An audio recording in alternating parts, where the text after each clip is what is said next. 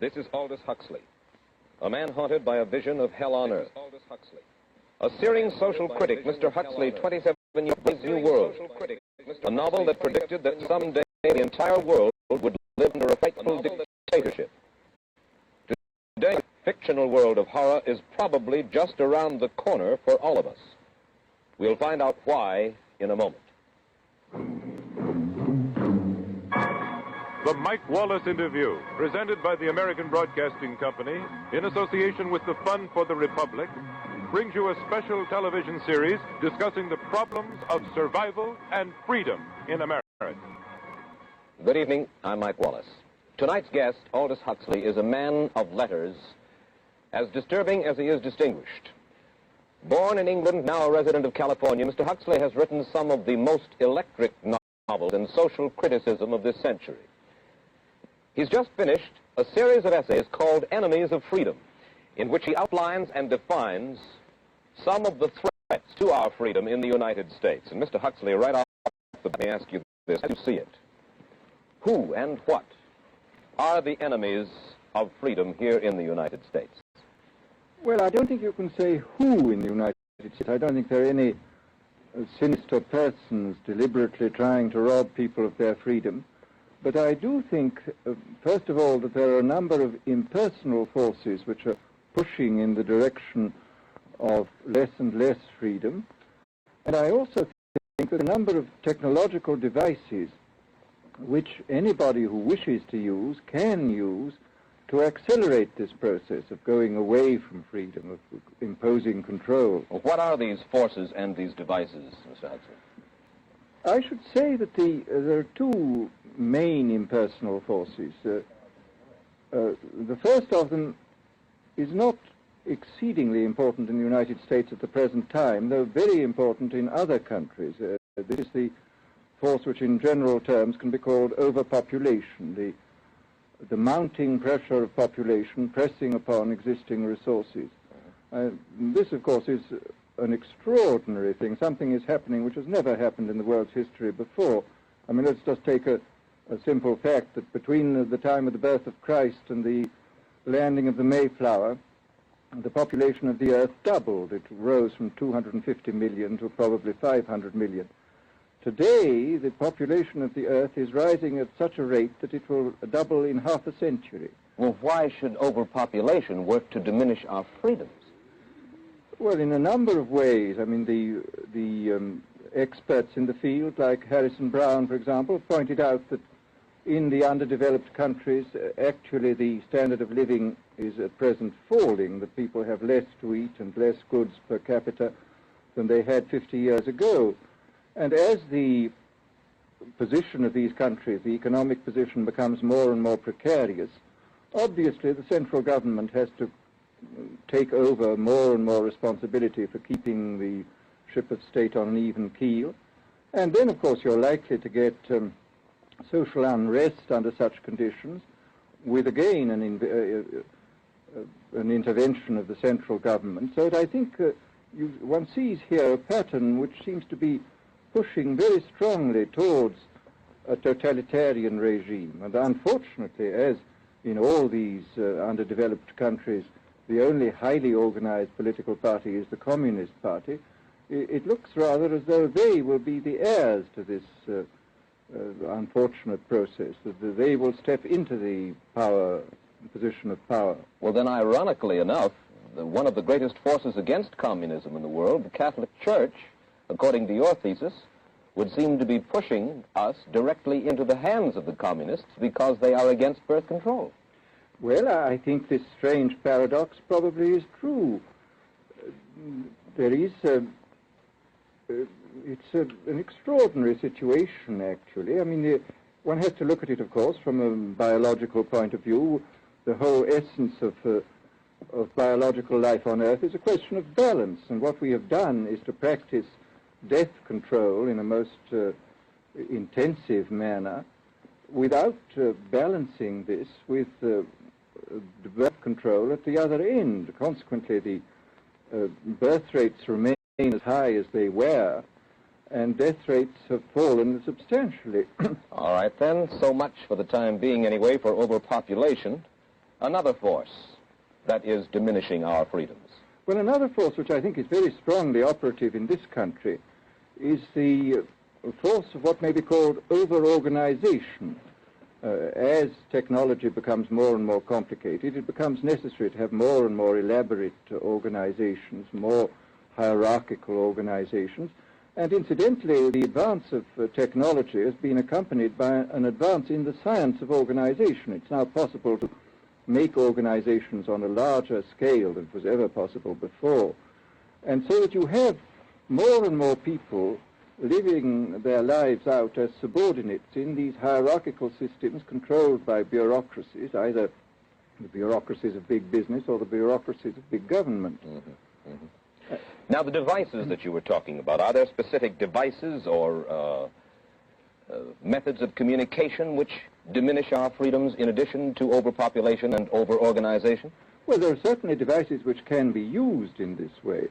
I mean, let us take, after all, a piece of very recent and very painful history is the propaganda used by Hitler, which was incredibly effective. I mean, what were Hitler's methods? Hitler used terror on the one kind, brute force on the one hand, but he also used a very efficient form of propaganda, which he was using every modern device at that time. He didn't have TV, but he had the radio, which he used to the fullest extent, and was able to impose his will on an immense mass of people. I mean, the Germans were a highly educated people.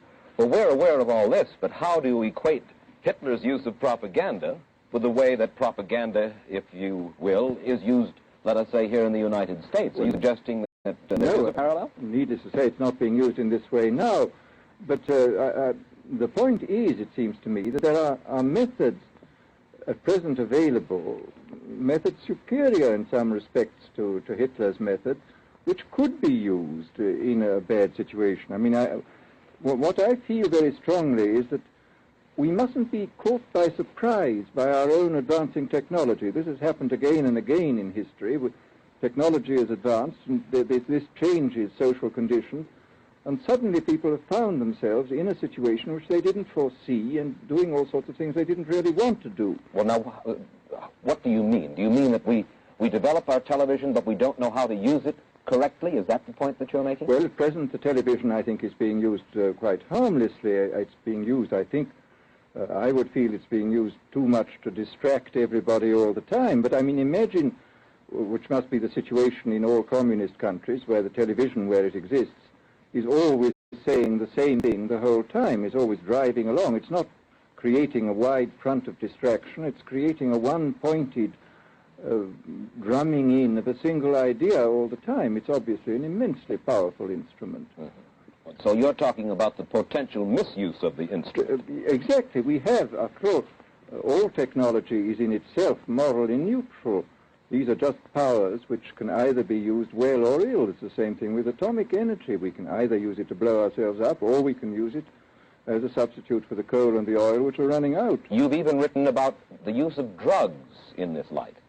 Well, now, this is a very interesting subject. I mean, in this book that you mentioned, this book of mine, Brave New World, I postulated a substance called soma, which was a very versatile drug. It would make people feel happy in small doses. It would make them see visions in medium doses, and it would send them to sleep in large doses. Well, I don't think such a drug exists now, nor do I think it will ever exist, but we do have drugs which will do some of these things, and I think it's quite on the cards that we may have drugs which will profoundly change our mental states without doing us any harm. I mean, this is the pharmacological revolution which has taken place, that we have now powerful mind-changing drugs which, physiologically speaking, are almost costless. I mean, they are not like opium or like cocaine, which do change the state of mind, but leave terrible results physiologically and morally. Mr. Huxley, in your new essays, you state that these various enemies of freedom are pushing us toward a real-life, brave new world, and you say that it's awaiting us just around the corner. First of all, can you detail for us what life in this brave new world which you fear so much, what life might be like? Well, to start with, I think this kind of the dictatorship of the future, I think will be very unlike the dictatorships which we've been familiar with in the immediate past. I mean, take another book prophesying the future, which was a very remarkable book, George Orwell's 1984. Well, this book was written at the height of the Stalinist regime and just after the Hitler regime. And there he foresaw a dictatorship using entirely the methods of terror, the methods of physical violence. Now, I think what is going to happen in the future is the dictators will find, as the old saying goes, that you can do everything with bayonets except sit on them. That if you want to preserve your power indefinitely, you have to get the consent of the ruled. And this they will do partly by drugs, as I foresaw in Brave New World, partly by these new techniques of propaganda. They will do it by bypassing the sort of rational side of man and appealing to his subconscious and his deeper emotions and his physiology even, and so making him actually love his slavery. I mean, I think this is the danger, that actually people may be in some ways happy under the new regime, but they will be happy in a situation where they oughtn't to be happy. But let me ask you this. You're talking about a world that could take place within the confines of a totalitarian state. Let's become more immediate, more urgent about it. We believe, anyway, that we live in a democracy here in the United States. Do you believe that this brave new world that you talk about could, let's say in the next quarter century, the next century, could come here to our shores? I think it could. I mean, that's why I feel it's so extremely important here and now to start thinking about these problems, not to let ourselves be taken by surprise by the new advances in technology. I mean, for example, in regard to the use of the drugs, we know there's enough evidence now for us to be able, on the basis of this evidence and using a certain amount of creative imagination, to foresee the kind of uses which could be made by people of bad will with these things, and to attempt to forestall this. And in the same way, I think with these other methods of propaganda, we can foresee and we can do a good deal to forestall. I mean, after all, the price of freedom is eternal vigilance. You write in Enemies of Freedom, you write specifically about the United States. You say this, writing about American political campaigns. You say, all that is needed is money and a candidate who can be coached to look sincere. Political principles and plans for specific action have come to lose most of their importance. The personality of the candidate, the way he is projected by the advertising experts, are the things that really matter. Well, this is... during the last campaign, there was a great deal of this kind of statement by the advertising managers of the campaign parties, this idea that the candidates had to be merchandised as though they were soap or toothpaste, and that you had to depend entirely on the personality. I mean, the personality is important, but there are certainly people with an extremely amiable personality, particularly on TV, who might not necessarily be very good in positions of political trust. Well, do you feel that men like Eisenhower, Stevenson, Nixon, with knowledge of forethought, were trying to pull the wool over the eyes of the American public? No, but they were being advised by powerful advertising agencies who were making campaigns of a quite different kind from what had been made before. And I think we shall see probably all kinds of new devices coming into the picture. I mean, for example, this thing which got a good deal of publicity last autumn, subliminal projection.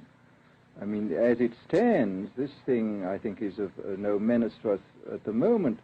But I was talking the other day to one of the people who has done most experimental work in the psychological laboratory with this, who was saying precisely this, that it is not at the moment a danger, but once you've established a principle that something works, you can be absolutely sure that the technology of it is going to improve steadily.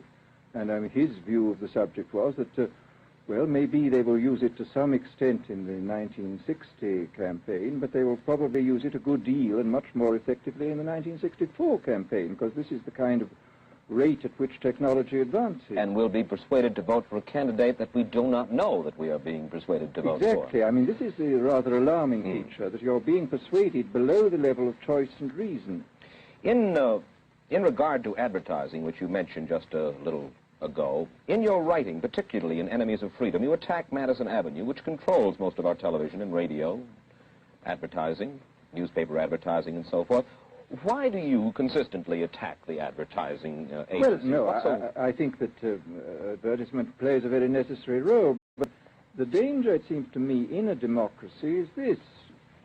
I mean, what does a democracy depend on? A democracy depends on the individual voter making an intelligent and rational choice for what he regards as his enlightened self-interest in any given circumstance. But what these people are doing, I mean, what both for their particular purposes for selling goods and the dictatorial propagandists are doing, is to try to bypass the rational side of man and to appeal directly to these unconscious forces below the surface, so that you are, in a way, making nonsense of the whole democratic procedure, which is based on conscious choice on rational grounds. Of course, well, maybe you have just answered this next question, because in your essay you write about television commercials, not just political commercials, but television commercials as such, and how, as you put it, today's children walk around singing beer commercials and toothpaste commercials, and then you link this phenomenon in some way with the dangers of a dictatorship. Now, could you spell out the connection, or how do you feel that you have done so sufficiently? Well, I mean, here, this whole question of children, I think, is a terribly important one, because children are quite clearly much more suggestible than the average grown-up. And again, suppose that that for one reason or another all the propaganda was in the hands of one or very few agencies, you would have an extraordinarily powerful force playing on these children, who after all are going to grow up and be adults quite soon. I do think that this is not an immediate threat, but it remains a possible threat. And you said something to the effect in your essay that the children of Europe used to be called cannon fodder, and here in the United States they are television and radio fodder. Well, after all, you can read in the trade journals the most lyrical accounts of how necessary it is to get hold of the children, because then they will be loyal brand buyers later on. Mm-hmm. But, I mean, again, you just translate this into political terms. The dictator says they will be loyal ideology buyers when they're grown up. We hear so much about brainwashing as used by the communists. Do you see any brainwashing other than that which we've just been talking about that is used here in the United States? Other forms of brainwashing? Not in the form that has been used in China and in Russia, because this is essentially the application of propaganda methods, the most violent kind, to individuals. It's not a shotgun method like the advertising method. It's a way of getting hold of the person and playing both on his physiology and his psychology till he really breaks down, and then you can implant a new idea in his head. I mean, the descriptions of the methods are really blood-curdling when you read them, and not only the methods applied to political prisoners, but the methods applied, for example, to the training of the young communist administrators and missionaries. They receive an incredibly tough kind of training, which causes about 25% of them to break down or commit suicide, but produces 75% of completely one-pointed fanatics. The question, of course, that keeps coming back to my mind is this. Obviously, politics in themselves are not evil. Television is not in itself evil. Atomic energy is not evil. And yet you seem to fear that it will be used in an evil way. Why is it that the right people will not, in your estimation, use them? Why is it that the wrong people will use these various devices and for the wrong motives? Well, I think one of the reasons is that these are all instruments for obtaining power, and obviously the passion for power is one of the most moving passions that exist in man, and after all, all democracies are based on the proposition that power is very dangerous and that it's extremely important not to let any one man or any one small group have too much power for too long a time. After all, what are the British and American constitutions except devices for limiting power? And all these new devices are extremely efficient instruments for the imposition of power by small groups over larger masses. Well, you ask this question yourself in Enemies of Freedom. I'll put your own question back to you. You ask this: in an age of accelerating overpopulation, of accelerating overorganization, and ever more efficient means of mass communication, how can we preserve the integrity and reassert the value of the human individual? You put the question. Now here's your chance to answer it, Mr. Huxley. Well, this is obviously, first of all, it's a question of education. I think it's terribly important to insist on individual values. I mean, there is a tendency, as you probably read a book by White, The Organization Man, a very interesting, valuable book, I think, where he speaks about the new type of group morality, group ethic, which speaks about the group as though the group was somehow more important than the individual. But this seems, as far as I'm concerned, to be in contradiction with what we know about the genetical makeup of human beings, that every human being is unique. And it is, of course, on this genetical basis that the whole idea of the value of freedom is based. And I think it's extremely important for us to stress this in all our educational life. And I would say it's also very important to teach people to be on their guard against the sort of verbal booby traps into which they're always being led, to analyze the kind of things that are said to them. Well, I think there is this whole educational side, and I think there are many more things that one could do to strengthen people and to make them more aware of what was being done. You're a prophet of decentralization. Well, yes, if this is feasible.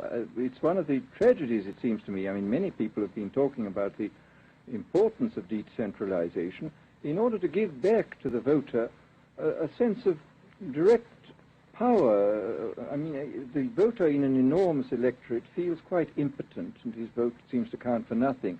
This is not true where the electorate is small and where he is dealing with a group which he can manage and understand. And if one can, as Jefferson, after all, suggested, break up the units into smaller and smaller units, and so get a real self-governing democracy. Well, that was all very well in Jefferson's day, but how can we revamp our economic system and decentralize and at the same time meet militarily and economically the tough challenge of a country like Soviet Russia?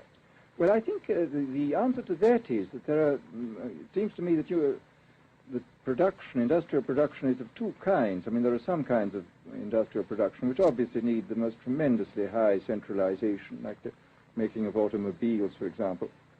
But there are many other kinds where you could decentralize quite easily and probably quite economically, and that you would then have this kind of decentralized life. After all, you begin to see it now if you travel through the South, this decentralized textile industry which is springing up there.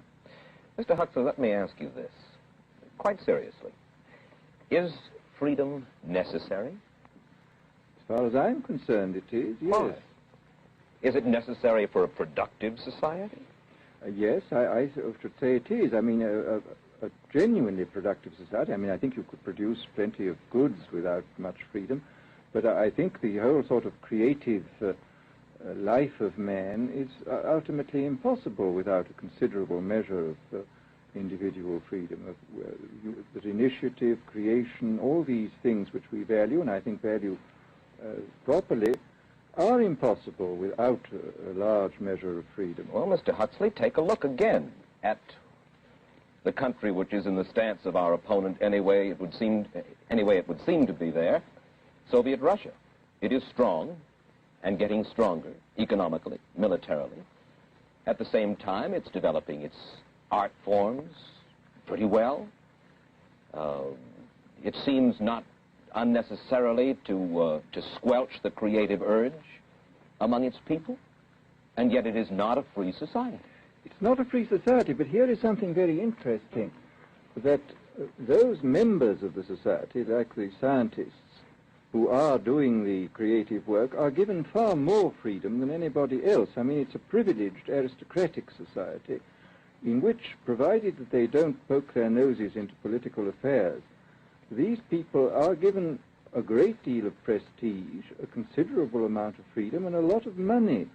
I mean, this is a very interesting fact about the new Soviet regime, and I think what we're going to see is a people on the whole with very little freedom, but with an oligarchy on top enjoying a considerable measure of freedom and a very high standard of living. And the people down below, the epsilons down below, enjoying very little. And you think that that kind of situation can long endure? I think it can certainly endure much longer than a situation in which everybody is kept down. Because, I mean, they can certainly get their technological and scientific results on such a basis. Well, the next time that I talk to you then, perhaps we should investigate further the possibility of the establishment of that kind of a society, where the drones work for the queen bees up above. Well, but yes, but I must say I still believe in democracy. If we can make the best of the creative activities of the people on top, plus those of the people on the bottom, so much the better. Mr. Huxley, I surely thank you for spending this half hour with us, and I wish you Godspeed, sir. Thank you. Aldous Huxley finds himself these days in a peculiar and disturbing position. A quarter of a century after prophesying an authoritarian state in which people were reduced to ciphers, he can point at Soviet Russia and say, "I told you so." The crucial question, as he sees it now, is whether the so-called free world is shortly going to give Mr. Huxley the further dubious satisfaction of saying the same thing about us. Stay tuned for a preview of next week's interview. Till then, Mike Wallace, good night.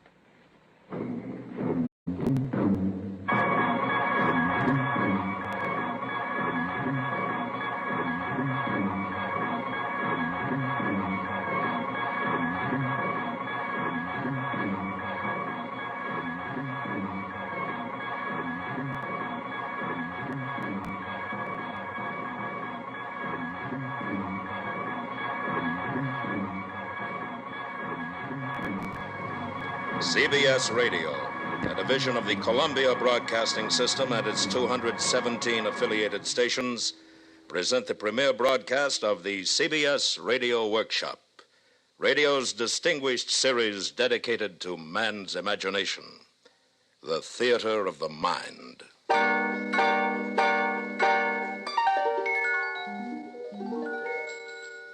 Tonight, Part 1 of 2 half-hour programs devoted to one of the world's most shocking and famous novels, Aldous Huxley's terrifying forecast of the future, Brave New World. We are proud to have Mr. Huxley as narrator for these broadcasts. Original music is composed and conducted by Bernard Herrmann.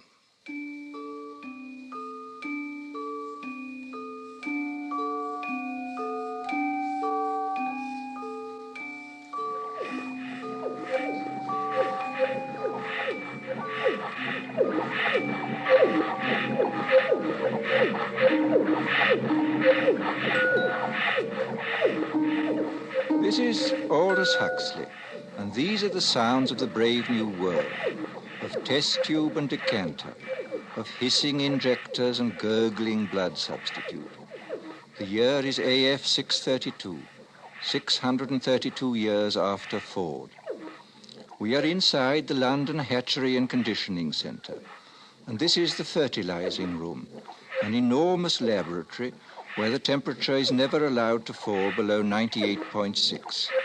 And here comes the director of hatcheries and conditioning in person, bringing with him a group of young students. Tomorrow you will be settling down to serious work.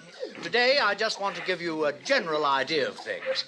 These are the incubators, and here is the week's supply of ova, kept at blood heat. Come along, boys. Now here, we immerse the eggs into a warm bouillon containing free-swimming spermatozoa. Immersion continues until the eggs are all fertilized. And over here is where we bottle the alphas and betas.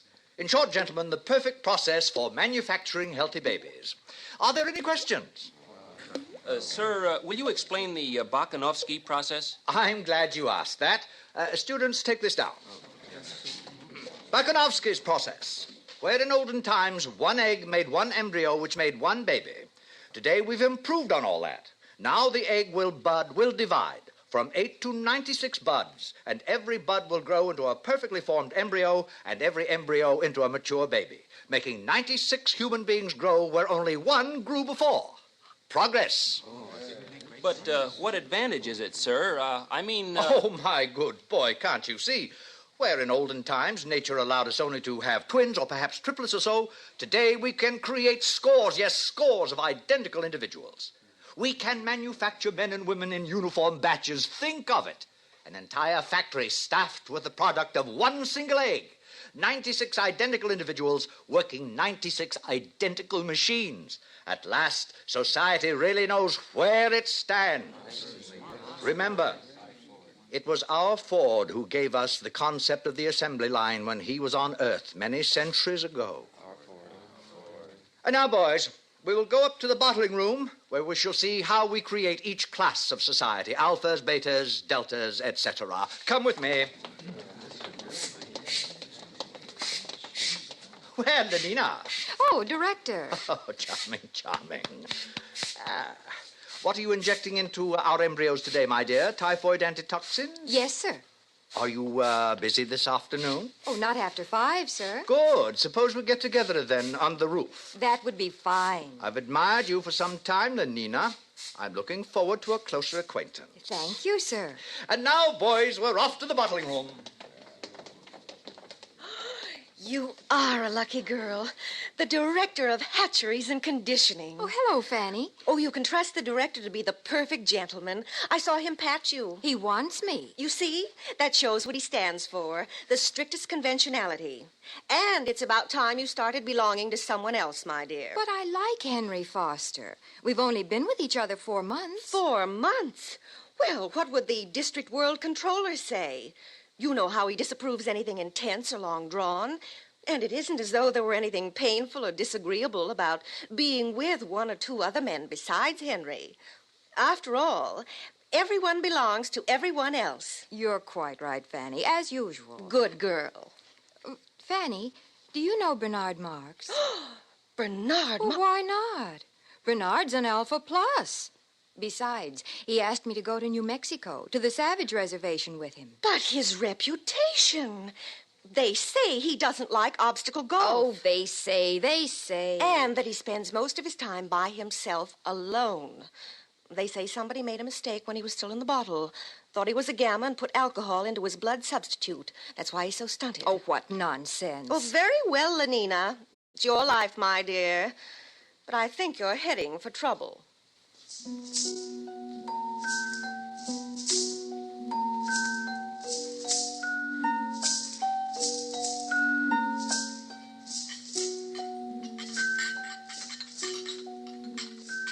And here we have the bottling room. Little embryos carefully bottled being rocked gently to and fro as they did in olden days when carried by their mothers. Now, boys, you must learn to distinguish between smut and science. I'm going to use that word again. As scientists of tomorrow, you must learn to cope with it. Mother. Oh. There, that's better. As a matter of fact, there is an area in our world where humans are still viviparous, still give birth to their children. The Savage Reservation in New Mexico. I visited there once myself, many years ago. Dreadful, filthy place. Naturally, civilization has improved on all that. It is here we control the embryo's growth, each batch carefully regulated to produce the exact class of citizen we desire. And here is our Mr. Henry Foster in charge of bottling. Oh, Henry. Yes, sir. Please explain the process to the students. Oh, delighted, sir. By the way, Henry, before you begin, I made a date with Lenina Crown this afternoon. Oh, really? I'm delighted, sir. I'm sure you'll enjoy belonging to her. Good. Very pneumatic girl. Now, please proceed. This way, gentlemen. Here, we advance the process. One by one, the eggs are transferred from their test tubes into these larger decanters and moved along to the labelers, carefully labeled as to heredity, date of fertilization, sex, name, serial number. Gentlemen, there are 88 cubic feet of card index in this room. Now, here is where we actually predestine and condition. Nothing is so unstabilizing to society as unhappy people. We avoid all that by preconditioning our embryos. And now we are entering the heat conditioning room. Hot tunnels alternating with cool tunnels. Exposure to cold is accompanied by exposure to X-rays.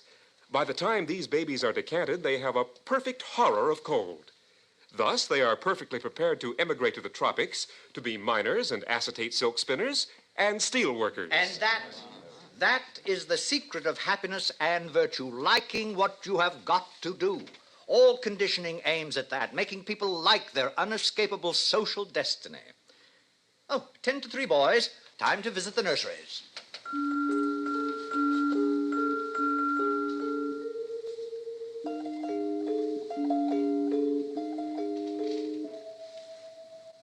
And so the director continued on his tour. Meanwhile, in his rooms high above the city, Bernard Marx nervously paced the floor. I'm taking Lenina Crown in New Mexico with me, Helmholtz, to the Savage Reservation. Well, it's about time. What do you mean by that? I'll be frank, Bernard. There's been a lot of talk about your behavior at the College of Emotional Engineering. Of course, I've been defending you. And I'm supposed to be grateful? Because you're a successful feelies writer? Because you're tall, well-built, have all the girls you want? Oh, Bernard. Now, you know how I feel. I want to write. I mean, seriously, not slogans or feelies.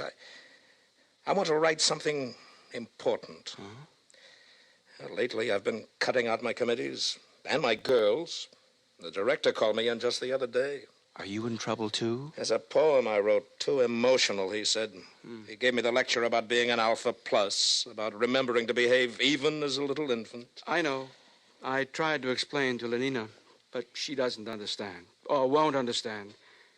All those other men she belongs to, Henry Foster, Benito Hoover, they treat her like a side of beef. It's disgusting. It's socially proper. We share and we share alike, remember? But I want her for myself, alone. Bernard, you're my closest friend. Now, you listen to me. You can't win this way. Follow the rules. Play the game. Be happy.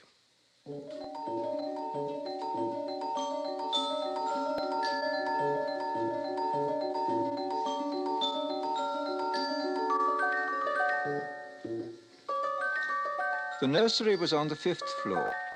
The sign over the door said, Neo-Pavlovian Conditioning Room. It was a large, bare room, very bright and sunny. Half a dozen nurses, trousered and jacketed in the regulation white viscose linen uniform, were engaged in setting out bowls of roses in a long row across the floor. The nurses stiffened to attention as the director of hatcheries and conditioning came in, followed by his students. Set out the books. In silence, the nurses obeyed his command. Between the rose bowls, the books were duly set out. Now bring in the children. They hurried out of the room and returned in a moment, each pushing a kind of tall, dumb waiter, laden on all its 4 wire-netted shelves with 8-month-old babies, all exactly alike, a Bokanovsky group, and all, since their caste was Delta, dressed in khaki diapers. Put them down on the floor.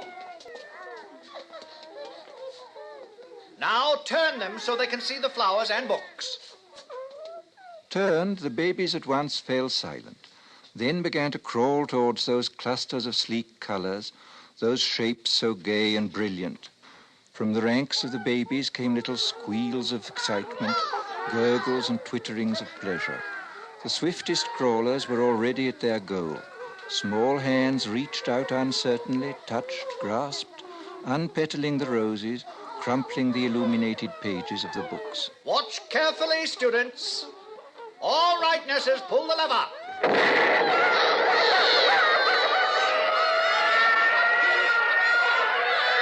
And now we proceed to rub in the lesson with a mild electric shock.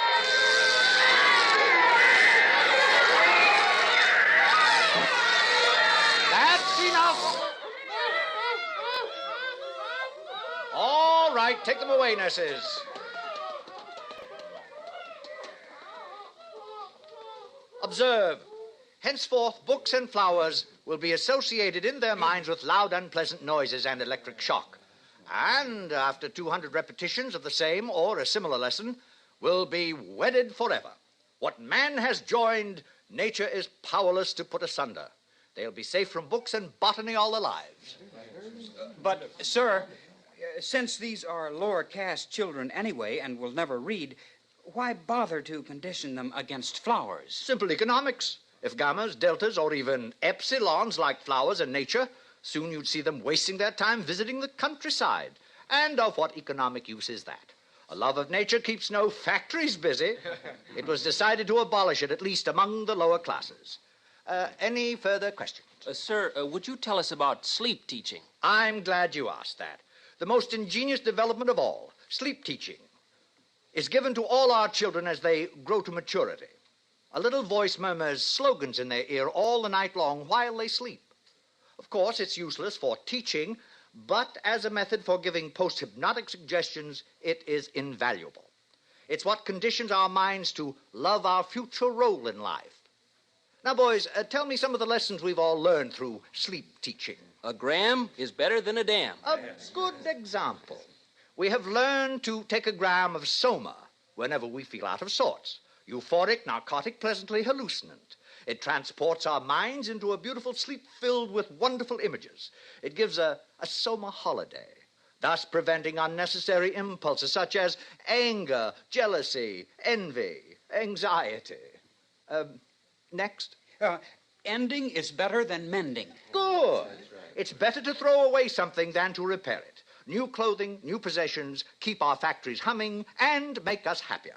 Next. I'm glad I'm not a gamma. Ah, yes. We're all taught in our sleep to enjoy our own caste, whatever it may be. Gammas are taught to think, I'm glad I'm not an epsilon. Betas learn to be glad they're not deltas or gammas. And glad they're not alphas, because we alphas sometimes have to use our minds, and that's very painful. It's very good indeed. Well, students, I think our tour is over for today. I'm sure most of you have dates with pneumatic young ladies. Some, of course, will be wanting to get in a game of obstacle golf. But before we finish, I'd like to add a few footnotes to the things you've seen today. Today, we have a controlled society, a happy society. We have stability. There was a time when these things did not exist. Didn't people grow old and feeble in those days, sir? Indeed they did. Old men in the bad old days used to renounce, retire, take to religion, spend their time reading, thinking. Now, such is progress. At 60, we have the tastes and the powers of a 17-year-old. The old men have no time, no leisure from pleasure, not a moment to sit down and think. They're much too busy scampering from feely to feely, from girl to pneumatic girl. Fortunate boys, no pains have been spared to make your lives emotionally easy, to preserve you as far as possible from having emotions at all. Ford's in his flivver, all's well with the world. Ford's in his flivver, all's well with the world. And solemnly and devoutly they made the sign of the T and hurried off to join their fellow citizens at play.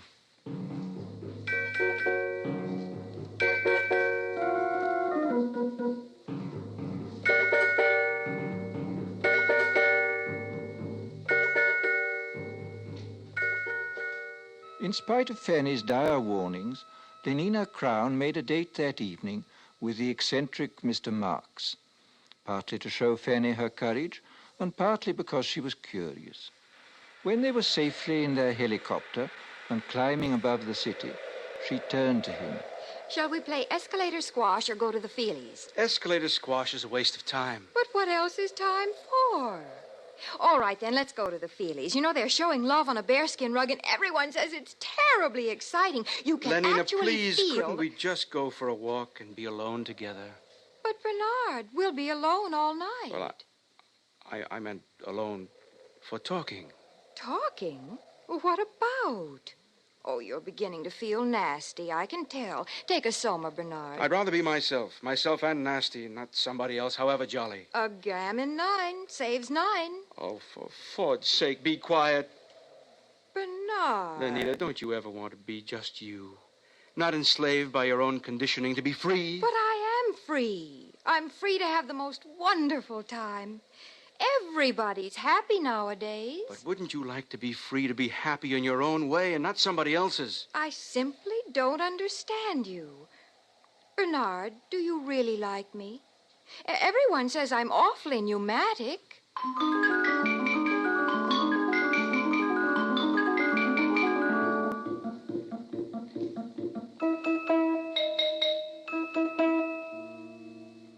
Eventually, Bernard took Lenina to the Westminster Abbey Cabaret, where Calvin Stopes and his 16 saxophonists were playing. Also featured was London's finest scent and colour organ and all the latest synthetic music. With the aid of 4 Soma tablets, Bernard managed to spend a successful evening with the girl, and the next morning he agreed to apply at once for a permit to visit the Savage Reservation. He was quite nervous as he stood before the large desk of the Director of Hatcheries and Conditioning. Oh, going to take Lenina Crown, I see. Yes, sir. Very pneumatic. Yes, sir. New Mexico Reservation. How long ago was it? Let me see. 25 years? I must have been your age then. Sir? I had the same idea as you. Wanted to have a look at the savages. Got a permit for New Mexico and went there for my summer holiday. With my girl of the moment. She was a beta minus, I think. Oh, yes. She had yellow hair and was especially pneumatic. Well, it was terrible. We rode about on horses and all that, and the last day of our stay, she got lost. Somewhere in those horrid mountains. Lost. We never did find her, poor girl. Must have fallen in some crevice. Yes, we searched for days, but no luck. Miserable trip. You must have had a terrible shock. What? Oh, don't imagine there was anything unethical about it. Nothing emotional or long drawn. It was all perfectly healthy and normal. I'm sure it was, sir. What's that? Oh. Mr. Marks, I should like to take this opportunity of saying I'm not at all pleased with the reports I receive of your behavior outside working hours. Alphas are so conditioned that they do not have to be infantile in their emotional behavior, but that is all the more reason for their making a special effort to conform. And so, Mr. Marks, I give you fair warning. Yes, sir. If ever I again hear of any lapse from a proper standard of infantile decorum, I shall ask for your transference to a subcenter, preferably to Iceland. Good morning.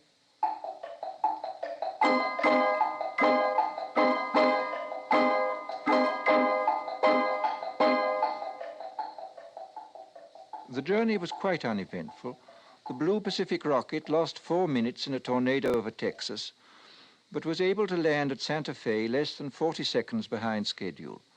Lenina and Bernard slept that night at Santa Fe, and Lenina was very happy. Imagine 60 escalator squash racket courts in the hotel, and obstacle and electromagnetic golf, too. Oh, Bernard, it's simply too lovely. There will be no scent organs, television, or even hot water once we get out on the reservation. I can stand it. You'll see. Only progress is lovely, isn't it?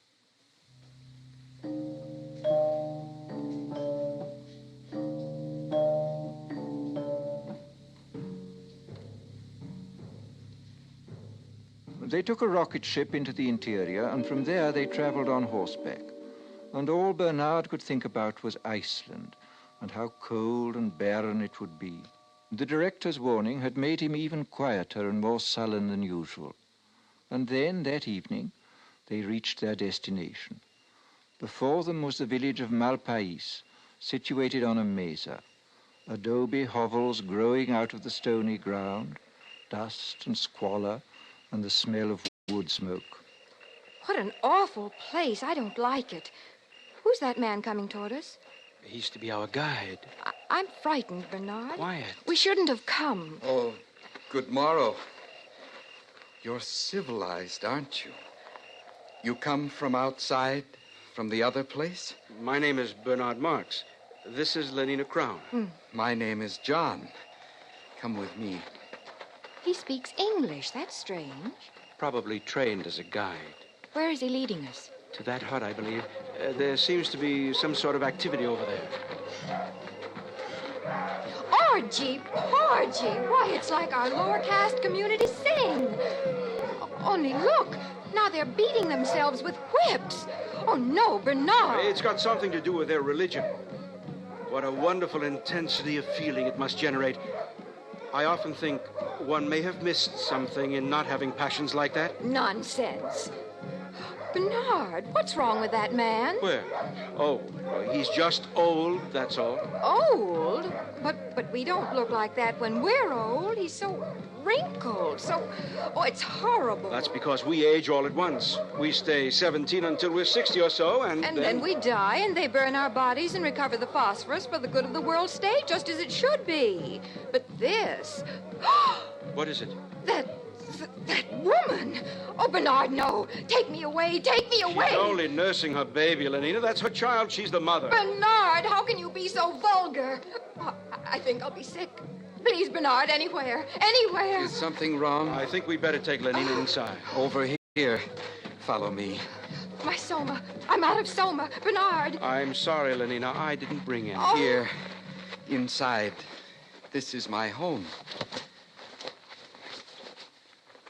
This is my home. You are welcome to remain here. John? John? Yes, Mother? Mother? These are people from the outside, Mother. They have come to see the reservation. From the other place? You're from the other place. Don't come near me. But don't you see, I'm from there, too. I'm civilized. I don't belong here. It's all a terrible mistake. This is my mother, Linda. Were you born here? No. No, I tell you, I was decanted like normal people. Oh, thank Ford, someone has come. At last, thank Ford. Bernard, please keep her away. Could you tell us about yourself, please? Well, I came here 25 years ago with a man. His name was Thomas. We went riding together on horses. There was a terrible storm. I got lost in this horrible place. It was the last day of our stay. He left me here, alone. Lenina? Yes? You will be interested to know that our director of hatcheries and conditioning is named Thomas, and that he came here 25 years ago. Oh, no. And that... It can't be. But it is. He told me so himself. What a discovery. This boy is our director's son. Our director is a father. Oh, it's too horrible. Mother, what is he saying? Iceland, indeed. Bernard, stop it. Well, we'll see who tells who where to go now. John. Yes, sir? How would you and your mother like to return to civilization? Do you mean it? Oh, please, do you? Listen, they're crazy here. I was a beta minus. I always worked in the fertilizing room. I was a good worker. But how can I tell them? They don't understand. They mend things. They don't know what a helicopter is or soma. They have babies like dogs. Oh, it's too revolting. Oh, thank Ford. If it hadn't been for my son, for John, what a comfort he has been to me. Your son? How can you? You were beta minus. I know, but he's been a comfort to me just the same. If only I'd had soma. Oh, do you mean it? Will you take us back to civilization? Of course. We'll leave tomorrow. You and your son back to civilization.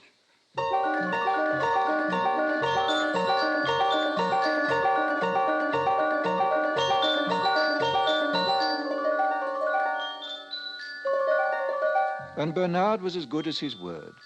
That very night, he and John and his mother and Lenina took the Blue Pacific rocket to London. For Lenina, it was a happy trip, since she had taken 4 somas the minute they got back to the hotel. For John, it was a voyage of discovery. Poor Linda, his mother, could only weep for joy. But for Bernard, it was a moment of triumph. Triumph such as he had never known before.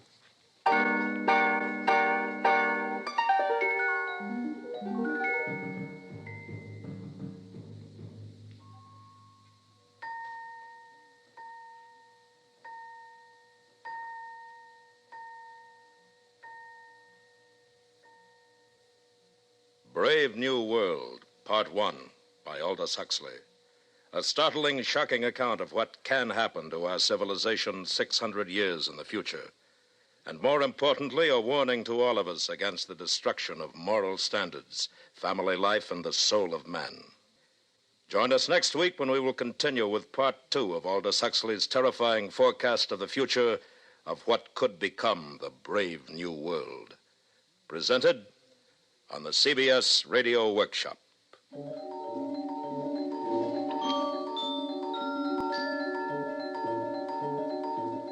The CBS Radio Workshop is produced and directed by William Frug.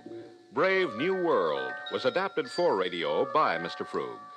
Featured in the cast were Joseph Kearns, Bill Idelson, Gloria Henry, Charlotte Lawrence, Byron Kane, Sam Edwards, Jack Crucian, Vic Perrin, and Lorene Tuttle. Original music composed and conducted by Bernard Herrmann. This is the CBS Radio Network.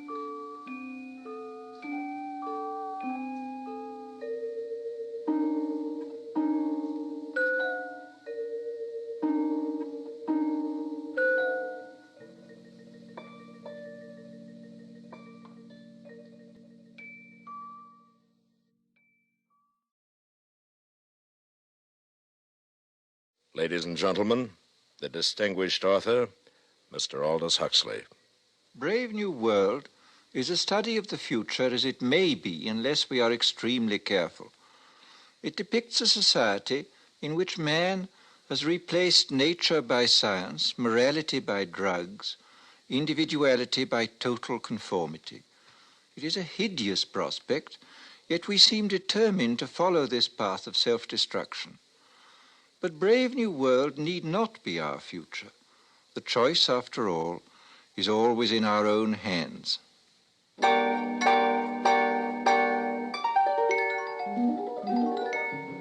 CBS Radio, a division of the Columbia Broadcasting System, and its 217 affiliated stations present the CBS Radio Workshop, radio's distinguished series dedicated to man's imagination. The Theater of the Mind.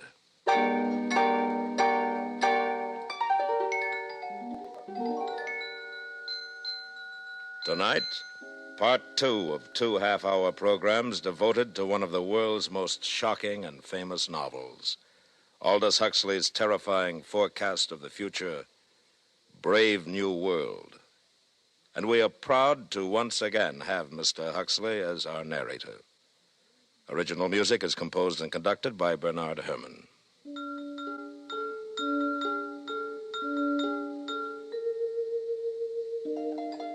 This is Aldous Huxley. In the garden outside the London Hatchery and Conditioning Centre, it was playtime. Naked in the warm June sunshine, 600 or 700 little boys and girls were running with shrill yells over the lawns, or playing games, or squatting silently in twos and threes among the flowering shrubs. And strolling across the smooth turf came the director of hatcheries and conditioning, followed eagerly by a group of new students. And here we have playtime for our little tots. Notice the games, all carefully constructed to use as many mechanical devices as possible. In olden times, children used to play simple games using only a ball and a bat. Oh, madness. Nothing was added to increase consumption. Then came our Ford. He taught us the principle of mass production in the assembly line many centuries ago and changed all that. Good morning, Director. Sir, what an unexpected pleasure. Boys, this is the resident controller for Western Europe. This is his Ford ship, Mustafa Mond. Boys? Good morning, sir. Good morning, sir. I was just showing the students the children, sir. Lovely children. Busy as bees at their unrestricted play. Controller, if you have the time, I wonder if you might tell the students something about the bad old days. I might. Where are you taking them? To the Hatchery and Conditioning Center to see the manufacturing of the babies. Very well, I'll walk along with you. Yes, in the old days, children lived in a place called home. A rabbit hole with suffocating intimacies. Maniacally, the mother, please don't be shocked at that word. The mother brooded over her children. Her children. Our Ford, or our Freud, as for some inscrutable reason he chose to call himself whenever he spoke of psychological matters, our Freud was the first to reveal the appalling dangers of family life. Unpleasant as they may seem, students, these are facts. People used to be viviparous, gave birth to their children. What were the consequences? A world dominated by mothers and fathers was a world full of every kind of perversion, from sadism to chastity. There were also husbands, wives, and lovers. Now everyone belongs to everyone else. Thank Ford for progress. Yes, thank Ford. Actually, we still preserve a few outmoded ethics of pre-stable societies in our savage reservations. Did you ever visit a reservation, Director? Yes, I once went to look at the savages in New Mexico. Well, that must have been 25 years ago. Mother's, father's marriage. Oh, very repulsive. Yes. Well, here we are. I'll say goodbye. Goodbye, Controller, and thank you. Thank you, sir. Thank you, sir. You're welcome. And now, boys, if you'll follow me inside the hatchery.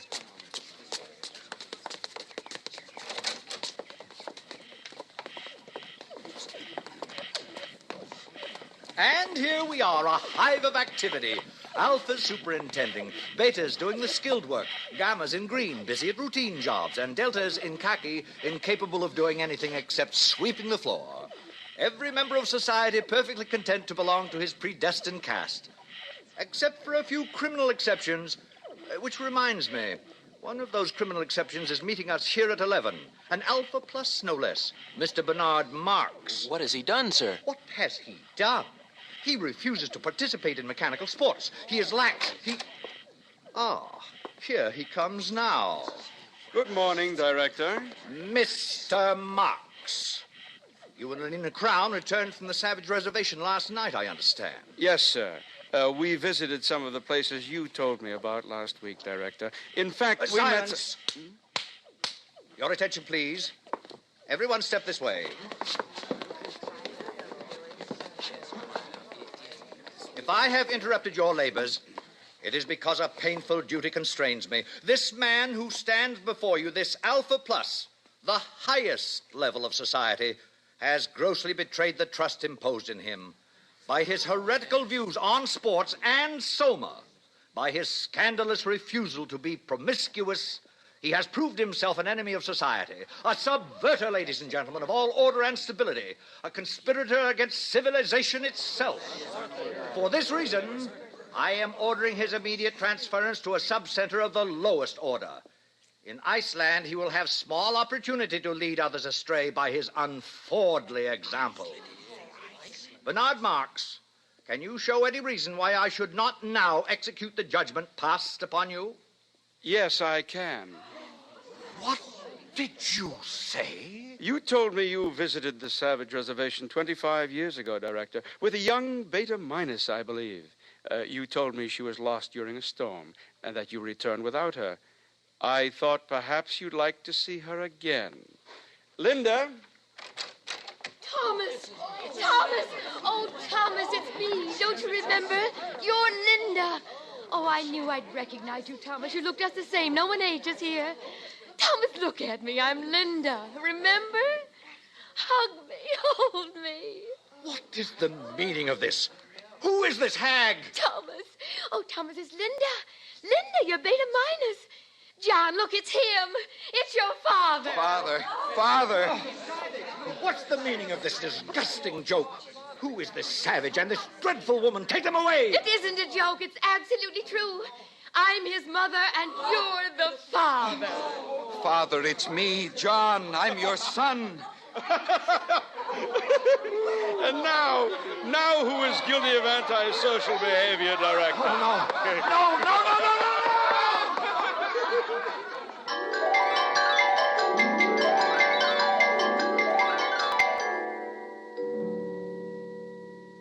A father as director of hatcheries. It was out of the question. The controller asked for his resignation. And all upper caste London was wild to see the savage and his mother. Bernard Marx became a hero, and even Lenina Crown had her share of reflected glory. Good morning, Lenina. Oh, good morning, Fanny. Well, you certainly seem pleased with yourself. Yes, I am pleased. Bernard called up half an hour ago. He has to go to a party at the controller's, and he asked me if I'd take the savage to the Feelies this evening. Oh, lucky girl. What's he like, Lenina? I've heard he's terribly good-looking. Oh, he is, but so very odd. In what way? Well, the day Bernard and I left the reservation, the savage came into my room. I'd taken a soma, so I didn't notice him until suddenly I awakened, and there he was bending over me. What happened? Well, naturally, I assumed something was going to happen, but instead of that, he just ran out of the room. Well, how odd. What a terribly ungentlemanly thing to do. Doesn't he like you? Oh, I'm sure he does, so I can't make it out. And, oh, please don't tell this to anyone, Fanny. It upsets me because I like him. I mean, I really like him. Lenina. I know it's immoral, but I just can't help myself. I do like him.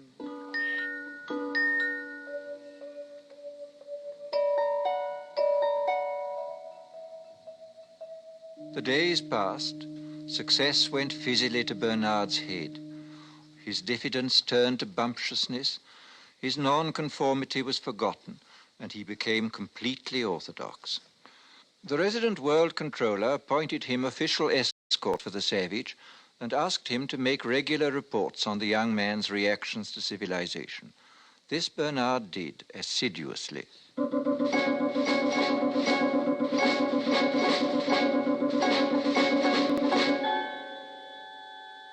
Today I sent the savage to the Feelies with Lenina Crown.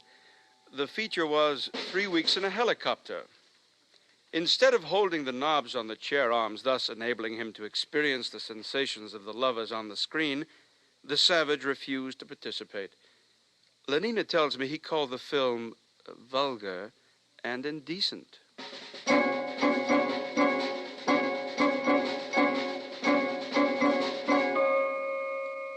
The savage refuses to take soma and seems most distressed because the woman, Linda, his M-O-T-H-E-R, remains permanently on summer holiday. In spite of her senility and the extreme repulsiveness of her appearance, the savage frequently goes to see her and appears much attached to her.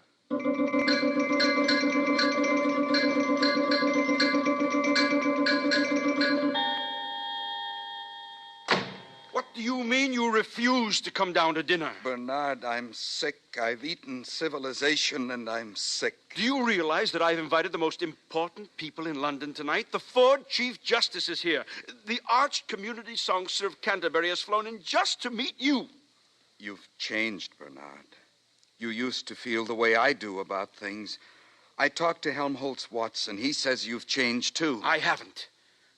Listen, if you don't come downstairs for my dinner party, I'll be the laughingstock of London. I'll come. Just let me read this to you first. One day, many years ago, I found this book in my mother's room. One of the Indians had found it in a cave. It must be hundreds of years old. It's called The Complete Works of William Shakespeare. Oh, I've heard of him. We don't allow it. Smut. But he says all the things I feel about Lenina. Listen to this. Is there no pity sitting in the clouds that sees into the bottom of my grief? Oh, sweet my mother, cast me not away. Delay this marriage for a month, a week. Marriage? Oh, Ford, no. Bernard. Oh, marriage, that's too good, really. Bernard, stop it. And mother. Oh, sweet my mother. Oh, he's positively vulgar. You stop Wait it. till I tell Helmholtz about this. Stop it, or I'll hit you. Oh, come, now, where's your sense of humor? Bernard. Can't you see how funny it is? Get out. I said leave me alone. I'm leaving, John. I'm leaving. How beauteous mankind is. Oh, brave new world that has such people in it.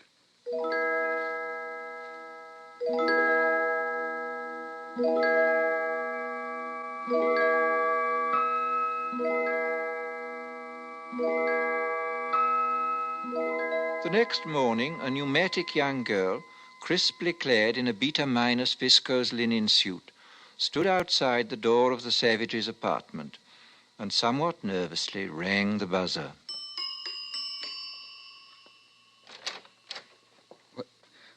Lenina, You don't seem very glad to see me, John. not glad. Oh, if you only knew. May I come in, then? May I kiss your hand, Lenina? My hand? Admired Lenina. Indeed, the top of admiration, worth what's dearest in the world. I wanted to do something first to show I was worthy of you. What are you talking about? Lenina, tell me something. I'll do anything you tell me, anything at all. I'd sweep the floor if you wanted. But we've got vacuum cleaners here. It isn't necessary. No, of course it isn't necessary. But some kinds of baseness nobly undergone. I'd like to undergo something noble, just to show you how much I love you, Lenina. Do you mean it, John? Yes, but I hadn't meant to say it, not until I... Listen, Lenina, on the reservation, people get married. Get what? For always. They make a promise to live together for always. What a disgusting idea. Answer me this question, John. Do you really like me or don't you? I love you more than anything in the world. Well, then, why on earth didn't you say so? Come here to me, John. Hug me. Oh, but Lenina... Hug me till you drug me, honey. Kiss me till I'm in a coma. Lenina, what are you doing? No, get away from me. Don't come near me. Hug me, honey. You strumpet. A gran is better than a dad. Get out. But don't you want Get me? out of my sight. John! Before I kill you. Oh, he's mad. He's gone mad. Oh, thou weed, who art so lovely fair and smell'st so sweet that the sense aches at thee. Impudent strumpet, impudent strumpet, impudent strumpet. Hello? Yes, this is Mr. Savage. Who's ill? Linda. My mother dying. Yes, I'll come at once.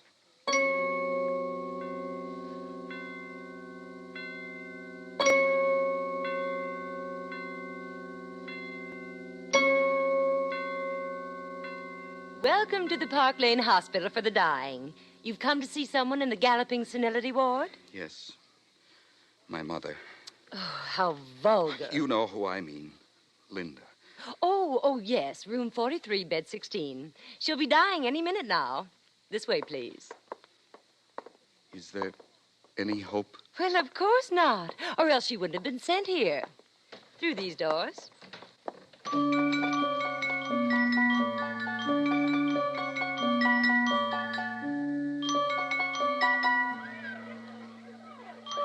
What are these children doing here? Death conditioning, of course. It starts at 18 months. Every tot spends 2 mornings a week in a hospital for the dying. All the best toys are kept here, and they get chocolate ice cream on death days. They learn to take dying as a matter of course. This way. Oh, here we are. Well, I must go. I've got my batch of children coming. Time for their chocolate ice cream.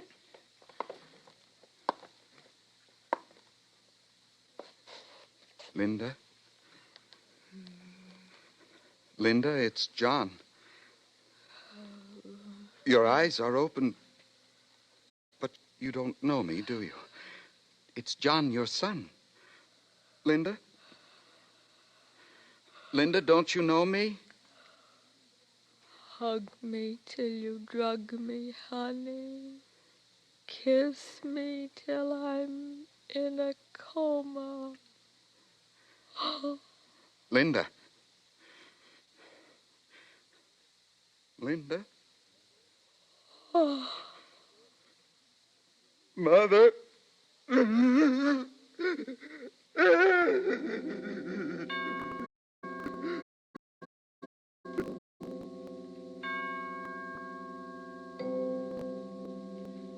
The menial staff of the Park Lane Hospital for the Dying consisted of 162 deltas, 84 red-headed female twins, and 78 identical mongoloid male twins. At 6, when their working day was over, the two groups assembled in the vestibule of the hospital and were served their daily soma ration.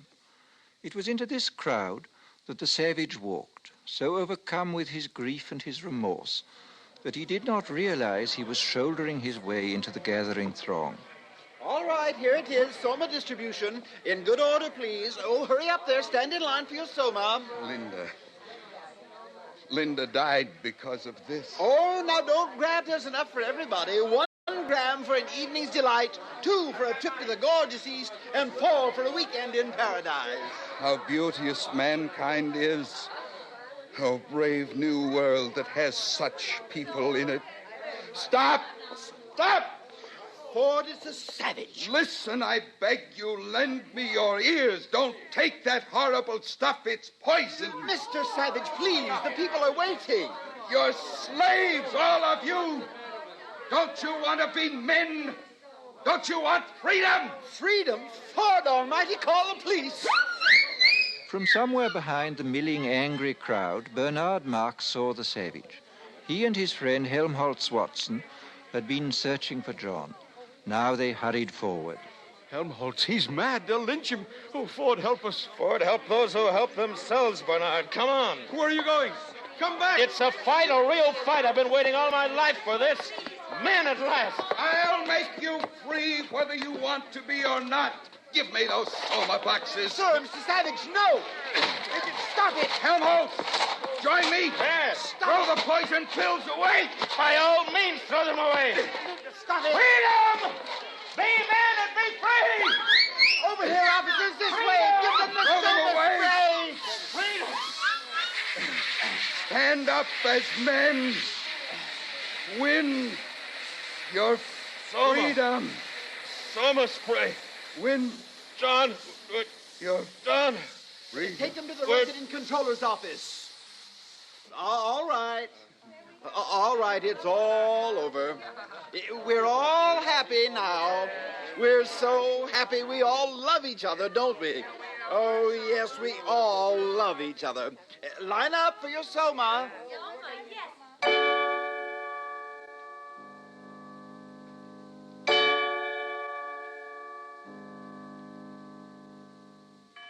So you don't much like civilization, Mr. Savage? No, I don't. John, you're talking to the resident controller. We don't need your comments, Mr. Marx. I think civilization is horrible. And yet people are happy. They get what they want, and they never want what they can't get. They're well off, they're safe, they're never ill, they're not afraid of death, they're blissfully ignorant of passion and old age, they're plagued with no mother or father, they've got no wives or children to feel strongly about. They're so conditioned that they practically can't help behaving as they ought to behave. And you ask them to chuck this all away for liberty? My good boy. All the same, it seems quite horrible to me. Of course it does. Actual happiness always looks pretty squalid in comparison with the overcompensations for misery. And being contented has none of the glamour of a good fight against misfortune. Happiness is never grand. They call this happiness. Working at an embryo assembly line, manufacturing babies. Science, my boy. Besides, they like it. Well, Mr. Marx, the time has come. You are being sent to an island. To an island? Oh, please, sir. Don't send me to Iceland. I promise I'll do what I should. I'll conform to the rules. One would think he was going to have his throat cut, whereas if he had the smallest sense, he'd understand his punishment is really a reward. He'll be sent to an island where he'll meet the most interesting set of men and women in the world. All the people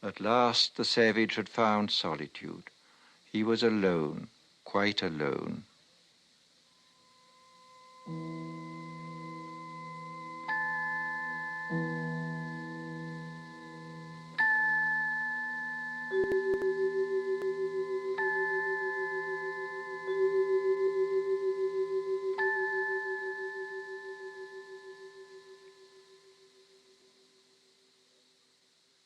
Thus concludes Brave New World by Aldous Huxley.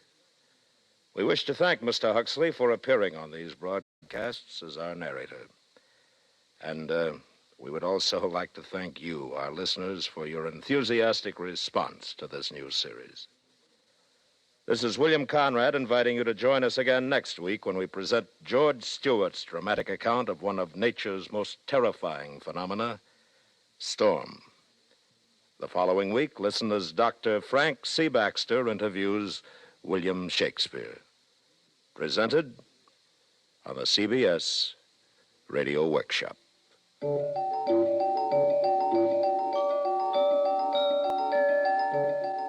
The CBS Radio Workshop is produced and directed by William Frug. Brave New World was adapted for radio by Mr. Frug. Featured in the cast were Joseph Kearns, Herb Butterfield, Bill Idelson, Gloria Henry, Charlotte Lawrence, Parley Bear, Dora Singleton, Jack Crucian, Vic Perrin, and Lorene Tuttle. Original music composed and conducted by Bernard Herrmann.